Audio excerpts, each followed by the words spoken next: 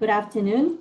My name is Ala McCoy. I'm Director of Startup Support at the University of Maryland's UM Ventures. I'm very pleased to welcome all of you today to our next installment in the Startup Fundamentals Workshop Series. This series is offered by UM Ventures in collaboration with Digman Center for Entrepreneurship at the Smith School of Business and Maryland Technology Enterprise Institute at the Clark School of Engineering. This session is recorded and will be posted on our Startup UMD YouTube channel. I'm very pleased to welcome today's speaker, Lily Griner. Lily is a business school librarian, a longtime business school librarian at the University of Maryland. And she has a very deep knowledge of a lot of the resources that are available to anyone who is interested in doing market research. And so there are a lot of them. They're very valuable. Many people don't know about them. So we actually run these sessions quite often. And there are lots of updates. So even for those who do know, you might learn something new because there might be a new database added or something else removed or updated. So Lily, thank you so much for joining us today and spending your time with us. The microphone is yours. Everybody, please feel free to submit your questions via the Q&A function at the bottom of your screen. Because we're recording this session, I enabled ability to submit questions anonymously if you wish to do so. I will be monitoring the Q&A session, and then Lily, you can either stop or we can save all the questions to the end. All right, so thank you so much. Welcome, Lily, and welcome everyone who logged in. Well, thank you, Ala. Welcome everybody to the Market Research Workshop. And my main goal of this session today is to introduce you to the marketing resources that the libraries subscribe to, and the libraries pay a lot of money for these resources. So I hope that you will use them. So I'm going to start with an introduction to the Virtual Business Information Center, or VBIC, which is a portal that will assist you in getting access to these different resources. It's a portal that was developed specifically for business research, and it's a way, a one-stop shop that gives you access to many important business resources. The URL is right here. I don't know if you can see it. I can put it in the chat. Let me see if I can do that. So you can get it in the future. It's open and okay, let me just make sure I got it. So that's the URL for the VBIC Virtual Business Information Center. It is organized by key business topics, as you can see on the screen. There are the main business topics, company information, if you need information on statistics, entrepreneurship. For this particular session, we're going to focus more on the industry and the marketing topics. Once you click on a topic, the list of databases is listed in hierarchical order, with the ones listed first are the ones that you should begin with to do the research. On the side menu, you will see the different ways you can access the different types of information in this portal. You can find sources or databases by topic. If you use a database a lot and you know the database you want to go to, you can just go directly to it by the title. There's a link to databases that will get you into articles and news. If you're citing, you're not sure how to use APA or another style guide, we have a link to citing tools. We also have a link now to research support. These are library services, and let me quickly just take you there, that we offer. We have the GIS and Data Service Center, as well as help in statistical consulting and support the SAS and SPSS and our sources. So if you want more information and make an appointment to see somebody in these areas, you can click on these links and just go for it that way. So this is a service that the libraries are offering. In addition, there's a link to free online education webinars. These are webinars presented by the Smith School of Business faculty, and they focus on managing and capitalizing on business opportunities. Under the help screen, there's a link to my email, my contact information. There's also a link here. So this is my colleague, Zaida Diaz, and we work together, and we work with the Smith School of Business and the Econ department as the liaison librarians. Excuse me. So going back to the purpose of this workshop and marketing research. So just a very brief definition. What is market research? So basically what it is process of collecting, analyzing, and interpreting information about a target market.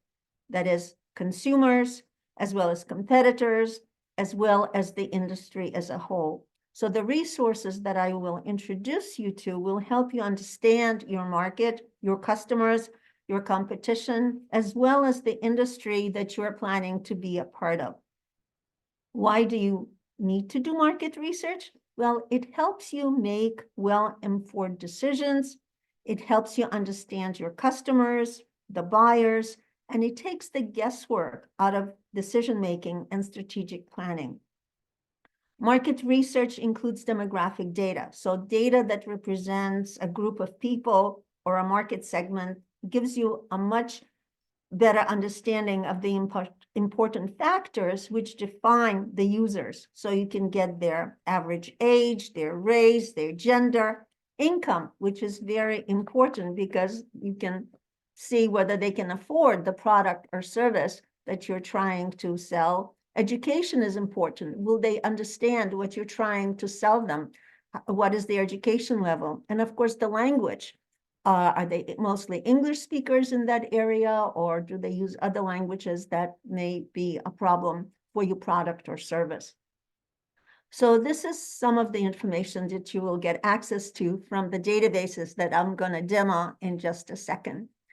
So because it's marketing, again, as I mentioned, I'm going to click on marketing as the topic area. And the frequently used sources, Mintel is the very first title that you see. And Mintel reports analyze market size, market trends, consumer attitudes and their purchasing habits, opportunities, and the future of the market. And the report's analysis is based on the actual surveys, which are included in this database. And you can actually see the questions that were asked and what the responses of the surveyors was.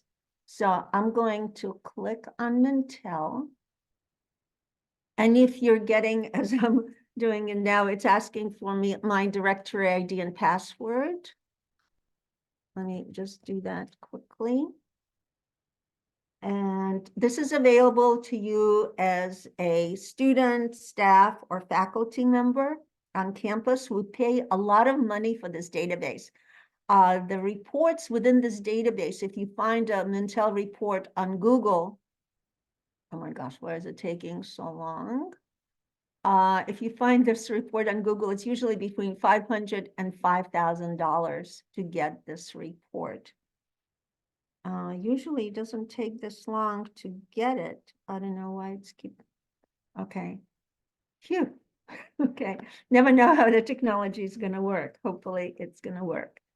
So here it's asking you to read the permission and prohibitions. And so I acknowledge that I read them. I'm a University of Maryland faculty, and I'm continuing to the database. Okay, so this is, within a second, this is what the database looks like. Okay, so let me start with the content that it contains.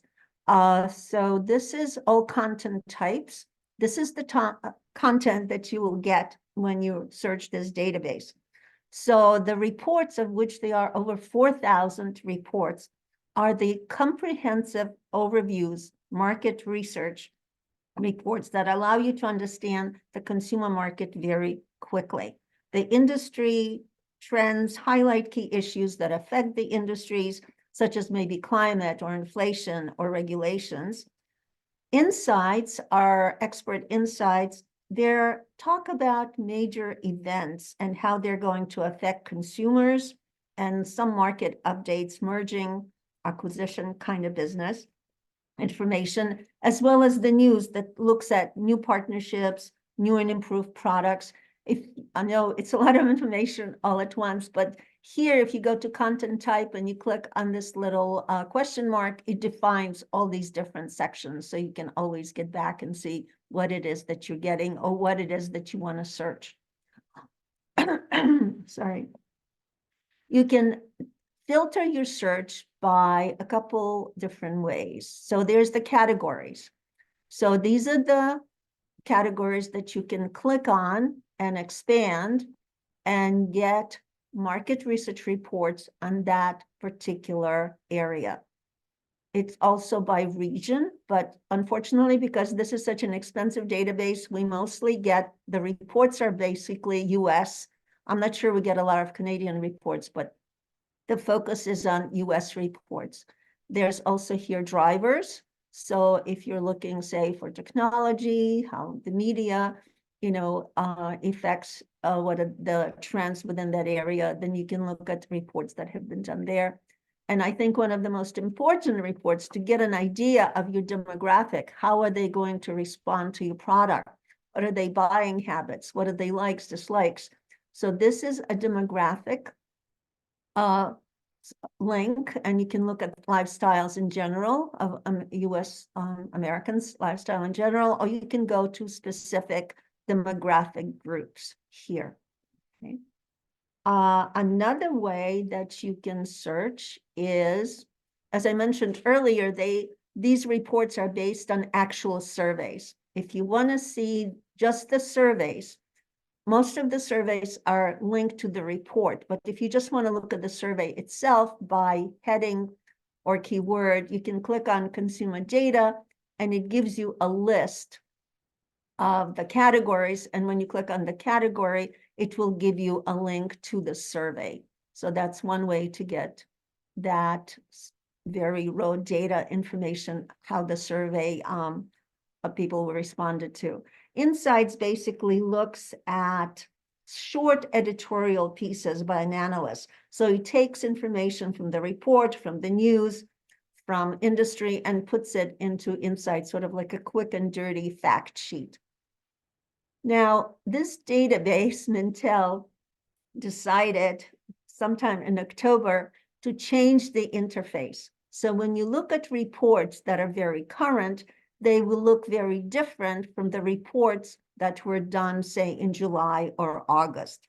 And so I'm going to take you to both reports so that you can see the difference and not get scared when you see something that just doesn't look the same as I showed you. So I'm just going to go to this. This is the very current report that was just done December 6th, very current, dealing with outdoor recreation and sporting activities. And I'm just going to click on it. And within a couple of seconds, you get the report. So this is a fairly long report. And I'm going to scroll down a little bit. And these are the key issues that are covered in this report. It talks about the influential sources, attitudes toward outdoor recreation by consumers, and then there's this overview, etc. And it goes on and on and on for screens and screens. But if you hover over this little 3-line area right here to the left, it gives you a table of contents of what the report is about. So you can go directly to the executive summary, you can go to the consumer insights, and within the consumer insights, there are all these different sections. So if you want to know something about, say, for example, consumer fast facts, so you can click on that, and I won't do it just at this moment because I also want to show you the competitive strategies. What are the competitive strategies? What is the market like? So you can scroll down and look at these different sections just from the table of contents. So just a quick, and as you scroll down at the very bottom of this, there will be a link to the survey. And for some reason, oh, here it is, consumer data. And so if you wanted to see the actual survey that this analysis is based on, you would click here and go directly to the survey. And we'll go there in just a second. So just consumer fast fact, just to give you an idea what they're like. So this is an analysis of the consumer that deals with the outdoor recreation and sporting activities. If you developed some product that makes you faster at running, fast sneakers, or something like that. So anyway, this is the consumer fast facts, and you can click on these links to get more information, more details about what they're talking about. And as I don't know if there are any questions as I'm doing this, but so this is the new report. This is what it looks like, and this is the table of contents. I'm gonna go back to Mintel for a second and I'm gonna go by category, or I can go to the demographic. I don't know if anybody's interested in a specific demographic. We could look at that. Anybody interested in Gen Z or lifestyles? Anybody wants to, I don't know, Ala, can you see if they raise a hand or they do whatever? I don't see anybody Okay. listing hands, but if anybody has a suggestion, please put it in the Q&A. If not, we'll let you pick, Lily. What do you Okay, do so most often? I'm using the automotive as my That sounds example. good. I'm sorry, was there somebody? Nope, that sounds Okay. good. So I'm using automotive as my example for future searches in other databases. So I'm just going to go with the automotive category, and within a couple of seconds, it's showing me the reports that are there. Oh, I don't want the outdoor. Where is it? Where's my automotive? What happened to it? Okay. It keeps disappearing. I don't know why I'm getting this. I don't want this recreation stuff. Let me get out of here. Okay, so we did the category. I'm back to automotive. And I just want to take a look at an older report. I want something maybe from August, just to show you the difference, what they look like. So this is a report on electric and hybrid vehicles. And you see the difference. It gives you the table of contents, which is very similar to the table of contents you saw in the new interface, but it's right here in the report as you're looking at it. It gives you the date, and it also links you to the survey. Right away, it has a link to the survey. So when I click on the report, it's gonna look very different from what we just saw for the new interface. Sorry, so this is what it looks like. It gives you a summary of what the report is about. It tells you something about the analyst who did the report. It also links you here to the survey, the data book, and you can click here and you can see the questions that were asked on the survey, and you can select specific questions that you would like to see answers to. And then it takes you to the table of contents. So it's the market, the consumer. Every report has this, but the interface is just slightly different.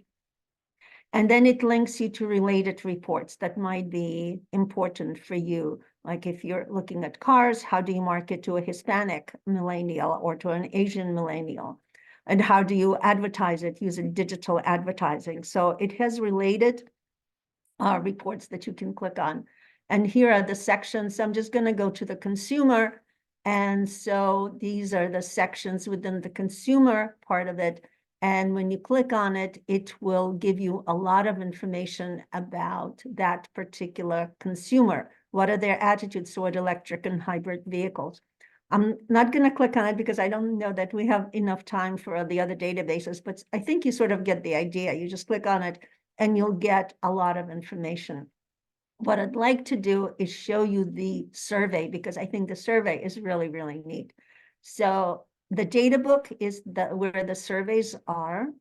And when you click on the data book, within a couple of seconds, it takes you to the survey. And the first screen that they show you, it's in graphs. And I have a little bit of a problem looking at all these colors. So I prefer looking at it as a table. And here, if you click Explore Demographics, it will give you a whole different view in black and white. And it's, I think, much easier to read the tables. The questions are here, and you can select whichever question you think is appropriate. Important factors that people considered, influential sources that consumers are considering, attitudes toward the electric vehicle. So maybe look at attitudes toward electric vehicles, maybe. And so that is the question. And the demographics are defaulted here to, as you can see here on the left-hand side, to male, female, and age group. But you can add more demographic variables if you want to by clicking here, and you can select whatever other variables would be important for your product or service, and you can add them. So these are the results to the question, how much do you agree or disagree with the following statements about hybrid electric vehicles? So this is by gender, male, female. This was the sample, and they strongly agree that I plan to own an electric vehicle in the next 3 years. And you can select whatever issue here that you want to know more about. And it will give you, and this is, I know battery lifespan is a big concern for people. So if you click on that, it will tell you what the results were. Strongly agree to that, strongly disagree, disagree nor agree. And this is also by age group. So you can see how the different age groups feel about this particular concern. And then you can go to the demographic component that I showed you earlier and look maybe at that millennial group and see how they feel about other issues. How do they spend their money? What do they spend their money on? So this is a way to look at the survey and then figure out what else do you want to know about this area. And you can download the sections of the survey here somewhere. There's a link that you can, I can't see it at the moment, but you can download this information to a spreadsheet. Are there any questions? Or did you want to leave them till the end? I'm not sure how you want to do this. So there was one question that I answered. There were two questions that I answered and might be worth repeating. So first, can alumni access the university library services? For example, lifetime member alumni. You cannot access it remotely. You can access it if you come to any of the libraries on campus and use our databases as a guest. You would have to go to the information desk and ask for a guest password, and you can use it for 7 days. Thank you. And then the next question is more of a statement saying, this is fascinating. Who is using this information? I had no idea this was available. And I just let her know that it's available to any faculty, staff, or students, primarily used by the business school students. And that's the reason I invite you to do these talks, because people who are not in the business school don't know that this exists, and they also don't know how to use it. So that's why Lily usually does several talks a year for us on this. Well, thank you for that. Yeah, it's really because the library pays a lot of money for this database. Mintel, I believe, is between $40,000 and $50,000 a year, which is a lot of money for the libraries. And the libraries look at usage. So if it's not used as much as is cost effective, then possibly it might not get renewed for the next year. So I'm hoping by spreading the word that people will use it. I know people in the marketing department in the Smith School and maybe the Dingman Center use it, but right now the usage is pretty good. So I'm hoping we're going to have it for a while. So please use it. So this is sort of, I guess, my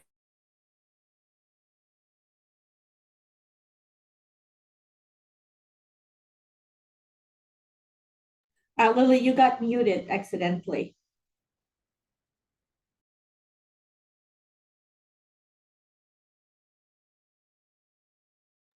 Okay, Yeah, that now we can hear you. okay. Did you hear about the usage? Did that come through? Yes, yes, Okay. and then maybe you just accidentally pressed the button. Yes. Okay, so now what I'm going to do is go to the next database, and I'm going back to the Vivic homepage. And the easiest way to do it for me is just to type in the URL. So it's lib.umd.edu/vbic, and it takes me back here. Okay, so I'm back to the list of the business topics. I'm going to go back to marketing, and this is a really interesting database. It's toward the bottom. It's called Simply Analytics.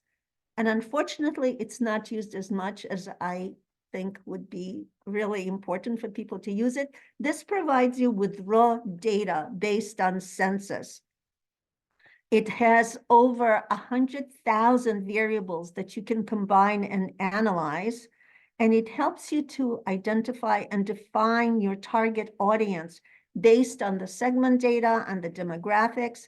You can identify when and how many competitors are in the area, helps with the competitive analysis, of course, helps you identify the site selection by identifying areas with high potential for target customer base, and provides insight into what products people buy, what brands they prefer, and how often they use it.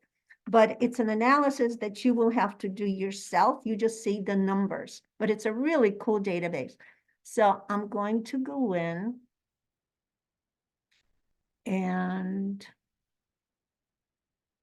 I forgot, I'm sorry to say that in Mintel, if you want to download the information that you found in Mintel, the reports, you have to register. And on the very top of the screen, there's a link to registration for the databases. The same is true for Simply Analytics. I'm just going to go in as a guest, but if you want to download the data that you find, you have to create an account and register with your university ID and password. So I'm going to sign in as a guest. Excuse me. And within a couple of seconds, it takes me to the database, and it will give me like a 30-second introduction to how to use it. So I'm not gonna have you watch it. I'm just gonna get out of it. And this is how you begin. There's a new project that I'm starting. So I want to see information, for example, for Baltimore, because this is where I think I want to start my business. And I want to look at maybe Washington, and there's Washington, DC. Where is it? Okay, it's the city. And so these are the two places that I'm going to, the locations, and I click on next. So now it gives me choices. What do I want to do? This is just a sample. I mean, there's lots more ways to get it, but right now you just go to this selection. I want to know per capita income. I have the median household income, and I'm not really interested in any of the other issues right now, but I have educational attainment and the income and the total population. So I'm creating a project, and within a couple of seconds, there is a map of Baltimore. And it has, see, the total population is here. This is the map with the total population, and it's by zip code. And it's giving me data for the total population by zip code for the city of Baltimore. I can change this to, say, median household income for the city of Baltimore, and it changes the map. And again, by zip code, it tells me what the income is, with the dark red having this income and the whiter areas having this low income. So this is the map, and this is where I am right now. There are a couple of other sort of places you can go with this. So I'm going to click on ranking. And right now what it's doing, it's ranking by zip code Baltimore in terms of per capita income, median household income. It's giving me all this information. If I want to focus just on one thing, say median household income going from largest to smallest, I can select that and it will change the configuration that I'm looking at. So this is the ranking. The next thing is, we saw the map, is the quick report. The quick report gives you demographic information for the city of Baltimore, DC, and compares it to the United States. So there's the population, there's the age, the different ages. So it gives you the number and the percent of the population. So it's pretty detailed in the ages. It's based on census. So it might be a couple years old because it's the decennial census. Race and ethnicity information, income information. So it gives you a median, per capita, and then household income. And then it goes on to education levels, language spoken at home, language that is, spoken at home, most of it. And then the citizenship and some housing detail if you're interested in that. So that is the ranking. And the last one here is the comparison table. So it compares in these different variables that I selected from the beginning, how Baltimore, DC, and USA compare, okay? And so if I go to the left, here's the location, and this is the data that I was looking at. And if you look down the screen, there are many different variables you can select from these different options. So I'm going to leave that for now. I'm going to go back to the map because I want to look at businesses. I want to see where the auto repair shops are. And that's why I selected the automobile in Mintel. So I want to look at auto repair shops, okay? So this is under business. I typed in auto repair and just click on the return button. And within a couple of seconds, it shows me the locations of the different auto repair shops. It shows me what the median income is in this area.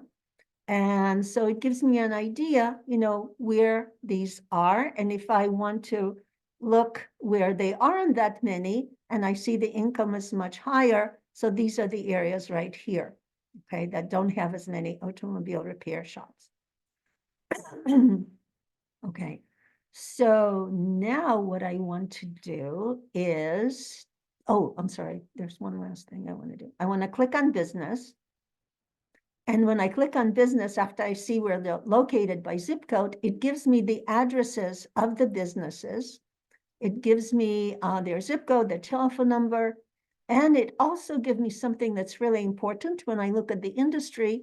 It gives me the primary NAI code. That's the North American Industry Classification Code that defines the industry. And this is 8111 for auto repair shops or mechanics. Okay, so this is a really nice thing to have very quickly and easily, a list of the businesses. Okay, so now I'm gonna go back to the map so that I can look at the data, because that's where I can type in. And within the data, what I'm going to do is select the vehicles and transportation. I want to see how much people spend on repairing their cars in the different areas.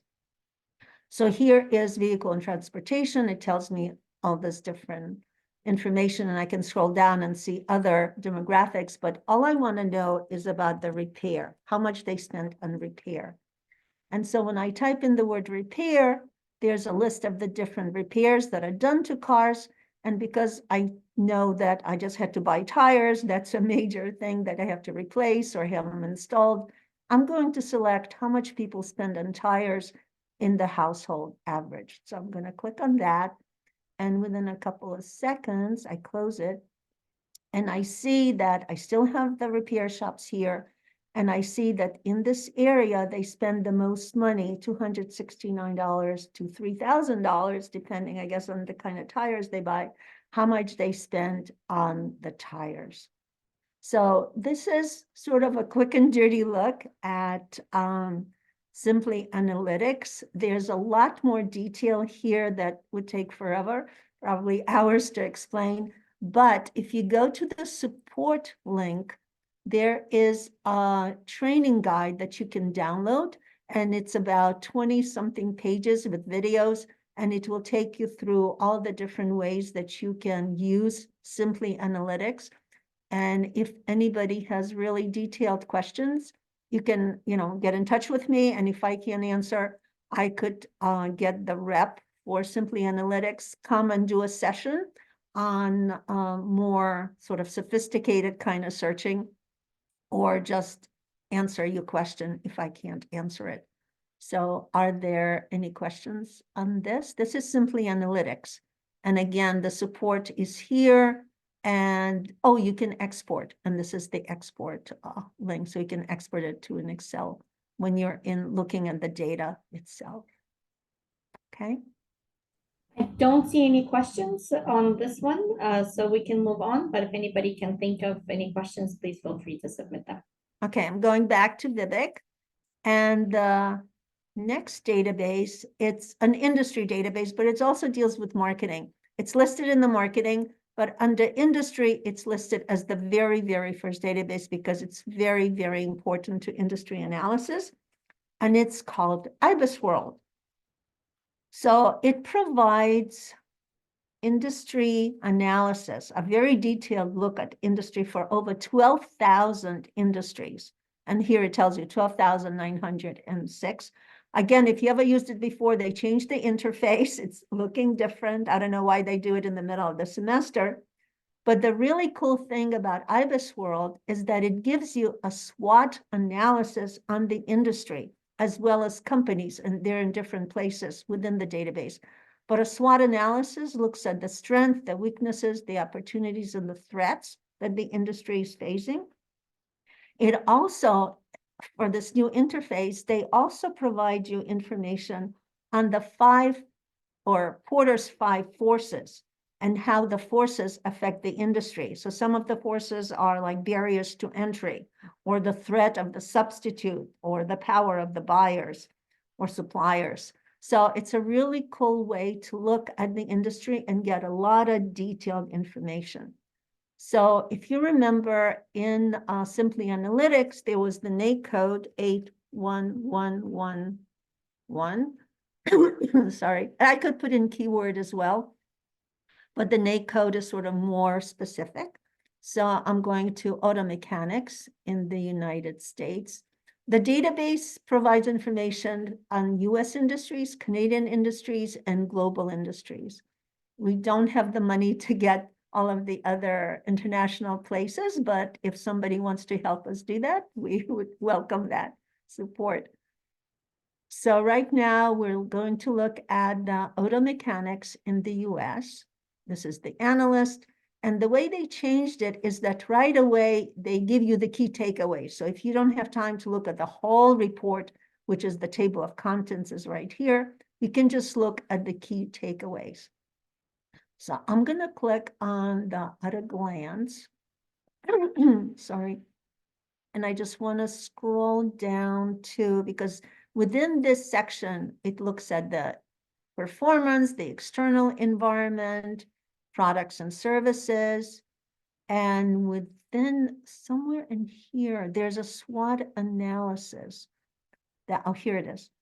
So here you can see from their perspective and their research, what are the strengths, what are the weaknesses, what are the opportunities and the threats in this particular environment. And they talk about external drivers, how many vehicles are registered, about the consumer confidence index, if people have money to buy new tires, or do they buy used tires, or if they fix the car or buy a new car. So there's a lot of detail here. The other section that, and you can show all and just keep going. There's a lot of detail. And you can click on these different sections and takes you to that specific information. The competitive forces section lists the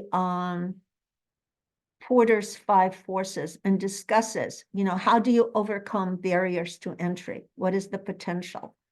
The substitutes. What are the substitute for industry services? Well, here's do it yourself is one of the substitute. People fix their own cars. So, and here there are other issues, key success. How do you successfully compete with the substitutes? So it gives you a lot of information and a lot of room for thought, analyzes this. So if you haven't thought of something, here you may have an answer that will help you with your particular issue for your company. And then again, it has the key takeaways, and it goes on to look about the companies, the financial benchmarks, key statistics. The other thing that's kind of cool, and this is for people who may be applying for jobs in a certain industry, and so they have specific questions that you might want to ask when you're in an interview for a company that's within an industry that you can look up here. So that's kind of nice to have. The other thing that's really cool is here it's linking you to the benchmarks, but you can, if you go here to the top, it lists the different industries, and within the industries, it tells you how many reports they are within that particular area. So for example, for manufacturing, there are over 190 industries that they look at within that particular area.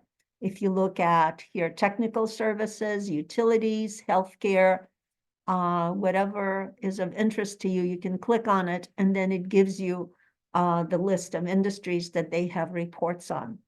The other one that's kind of cool is the products. So here, what is the business environment for the different industries? You know, is it climate change? Is it regulations? Is it inflationary effects on this particular? What are the different environment profiles that affect your particular industry? The other one is the risk rating. What are the risks when you're entering within that industry? What are the risks that the industry is facing? And then now this is new. These are company benchmarking, which is really cool. So if you have a company that you want to see market share, what market share they have, or you want to see something about their here their financials. So here it tells you, you know, what information you will find. Oh, it even gives you a SWOT analysis for that particular company, the competitors. So this is the benchmarking, and it's by, I think it's alphabetical by the name of the company. So you can just, you know, scroll down to the company name that you might be interested in and see what they have on that particular company. Or actually, I can go back to IBIS World to the first screen, and I can type in a name of a company that maybe, I don't know if anybody interested in a company, and see if it's benchmarked here, or I can type in a company and see what that looks like. Any takers? If not, I'm going to type in Macy's. We have a question. The question is, does it just list publicly traded companies or private companies as well? It's whatever companies are part of the industry that they can get information on. So it may have some private companies, but well, Macy's is a publicly traded company. Do you have, let me just, if they have a name of a company, we can try it. But let me just show you, this is the information that you will get when you look at the benchmarking report. So, and this is a publicly traded company. That's a really great question. This is new to IBIS World, so I'm not sure. How about Dyson? I believe Dyson is not publicly traded. I'm sorry, which one? Dyson? Dyson, I believe it's still private. Okay, how do you spell that? D? Dyson. Okay, Dyson. It doesn't look, there's Tyson Foods, but it doesn't look like it's there. So maybe it doesn't. But Yeah. But Yeah, this that gives, is not publicly traded. So if it's not there, then it looks like this is just for publicly yeah, traded. probably for publicly traded companies. Um, there's another database we can take a look at that I wasn't planning on showing if we have enough time, that we sort of have unofficially, and don't quote me on that. It's something that we have sort of by accident, and hopefully we can keep it for a while, but it's a database called Mergent Intellect. And I will try and see if we have time to show you how to use it in just a few minutes.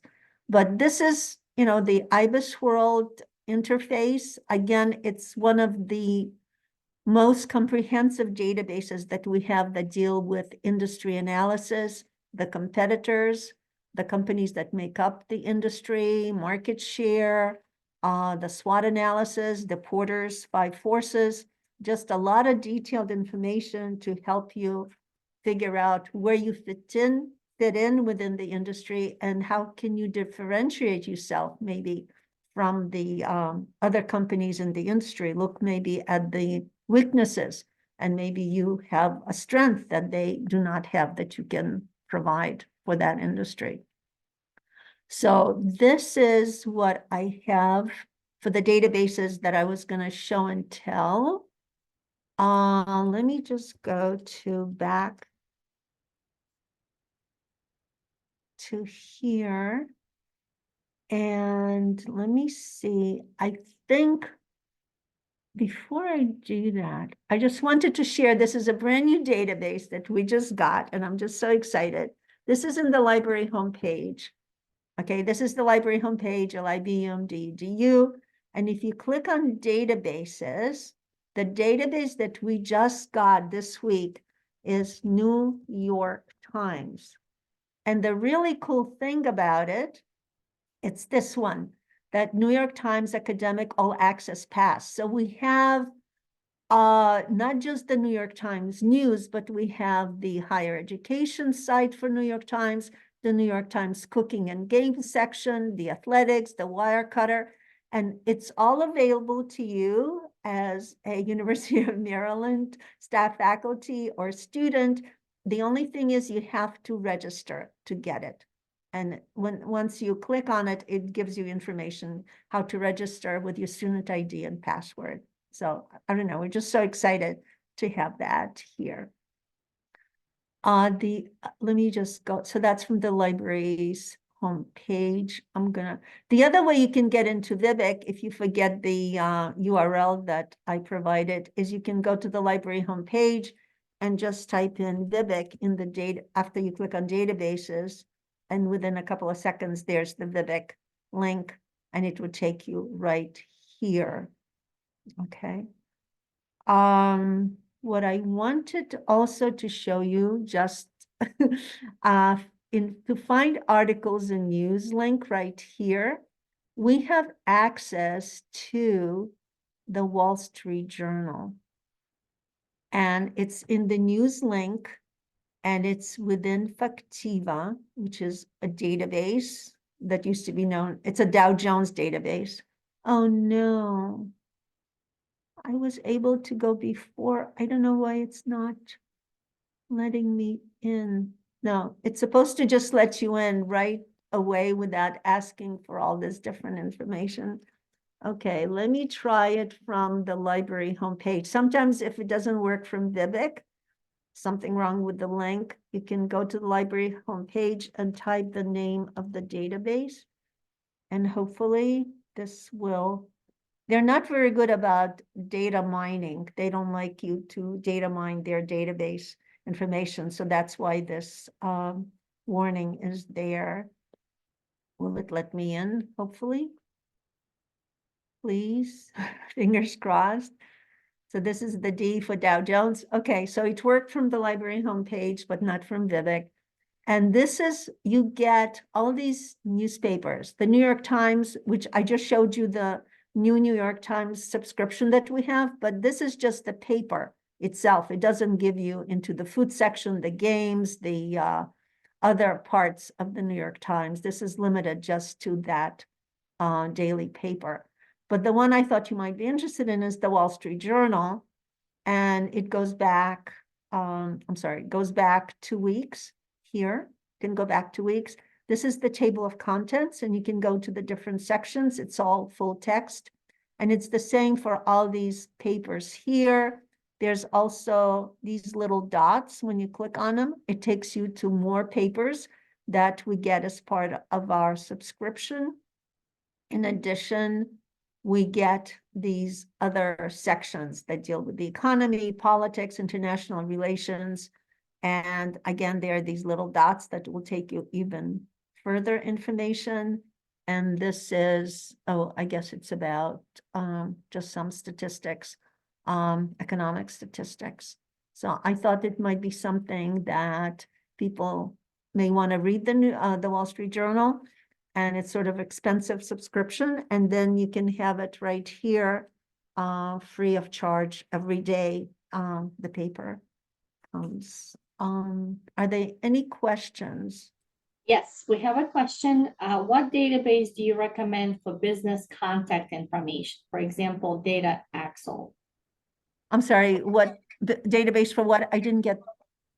For business contact information. Oh, for business contact information, like what kind of contacts? My guess it's people within a business. Is that Hallie? Could you clarify, please? Is it contacts within a company that you would reach out to?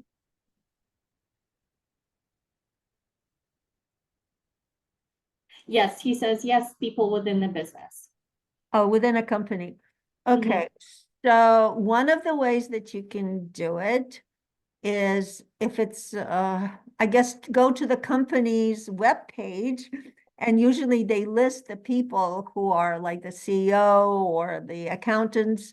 I think you can find information just from the company's homepage, who the people are and how to contact them. The other thing is here, let me see if it's listed, the Mergent Intellect database that we sort of lost subscription, but now it's sort of back.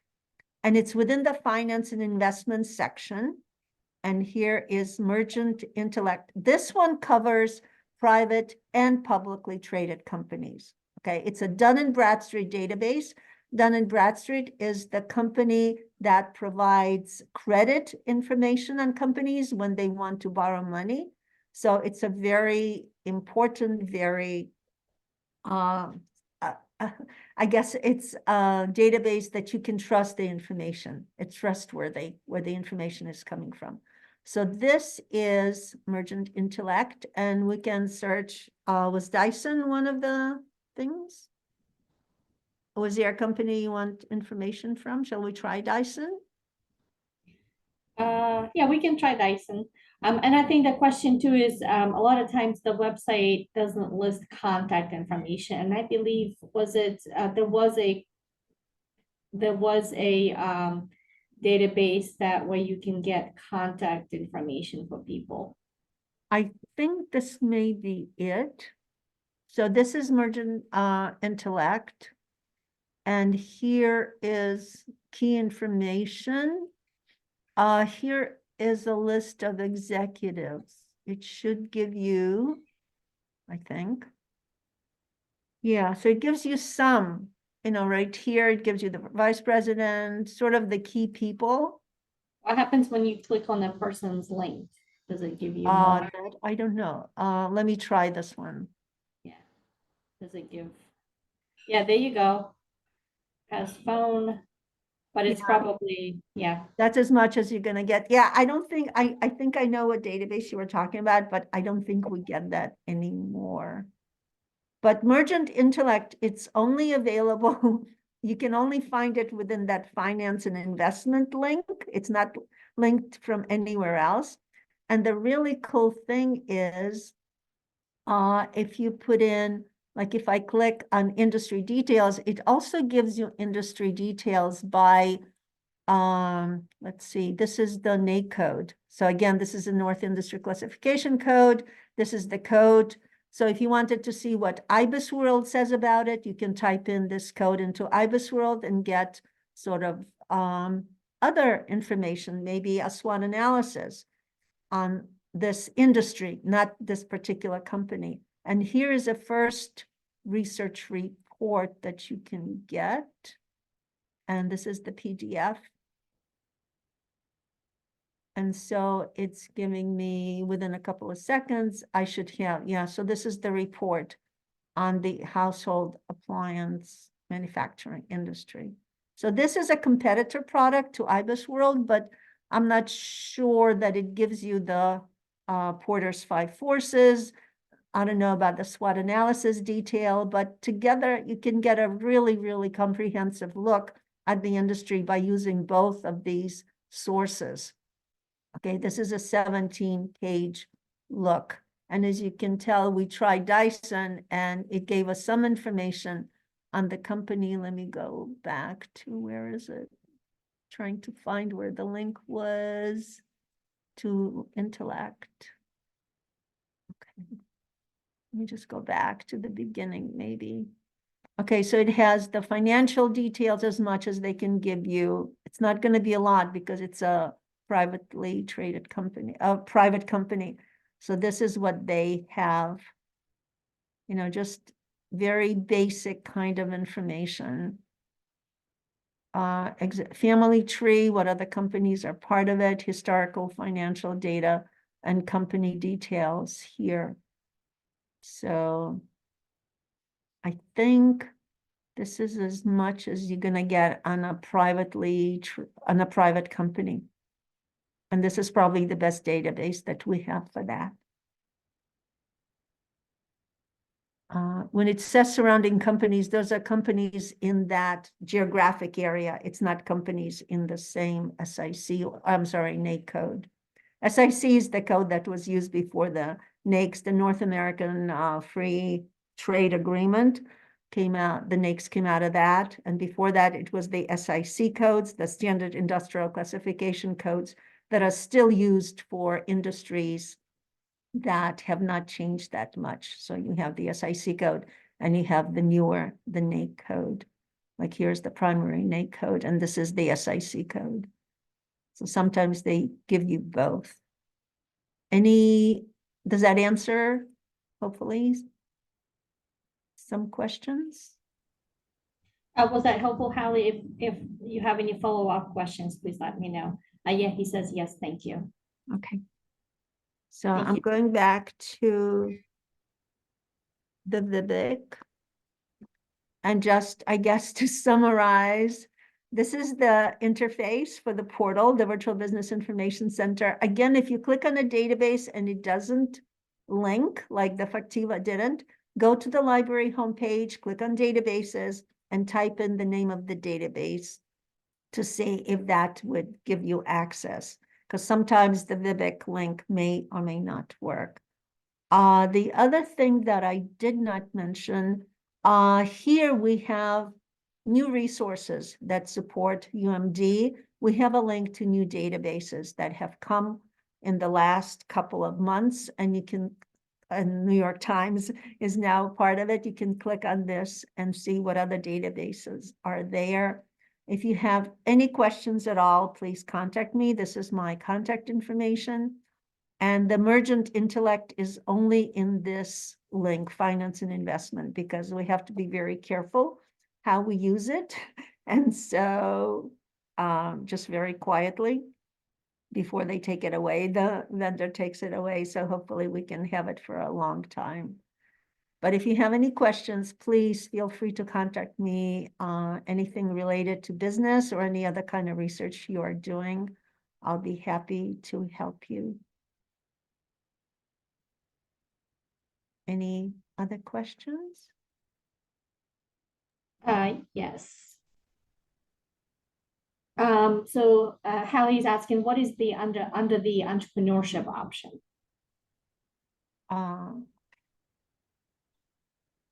So there's some information how starting a new business, what are some of the issues that one should be sort of considering, what do you need to solve, what is the problem? And here are some of the things that you could do that will answer, you know, the questions. And also there are links to the databases. So there's the link to Mintel, you know, how many, if you want to know something about your customers, the marketing research database would be Mintel for consumer analysis. If you want to know who the competitors are, so it lists these databases that you could use for that information. But it seems, you know, the same database is basically, it's IBIS World, Emergent Intellect. Passport is an international database. It looks at over 200 different countries, and it will give you sort of a SWOT analysis, a country report on the different issues that a company may be facing in those countries. So if there's anybody interested in international company information, then Passport would be the database to go to. And you can contact me and we can go through it if you have any questions. So this is basically what we have for that entrepreneurship, and these are related topics. And if you click on any one of these, we have a patent and trademark expert. This is Jim. Let me just move this. So Jim Miller is in the engineering library. He's amazing. He knows everything and anything you need to know about patents and trademarks, if that's something you need. So the link here on the side would lead you to databases that may help you with whatever issues that deal with these particular topics.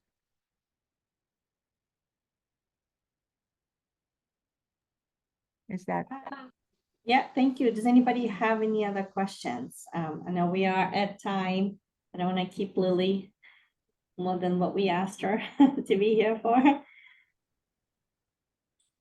At this point, if you'd like to raise your hand and ask your question that way, you can also do that. Just remember, we are posting this on Startup UMD YouTube channel.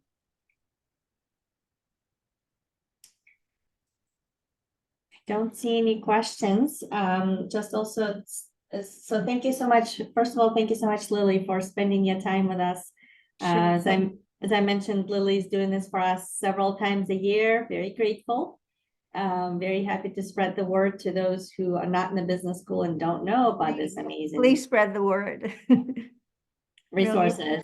Really appreciate the invitation. Thank you so much. And let me know if you have any questions.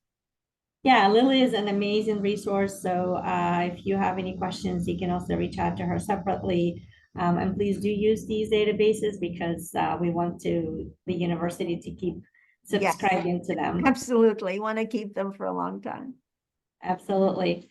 Well, thank you so much, Lily. This has been great. And I hope you will be back again sometime in the spring for another session. Okay. Thank you again. And thank you to everyone who attended. Yes. Thank you for coming. Okay. Bye-bye. Bye.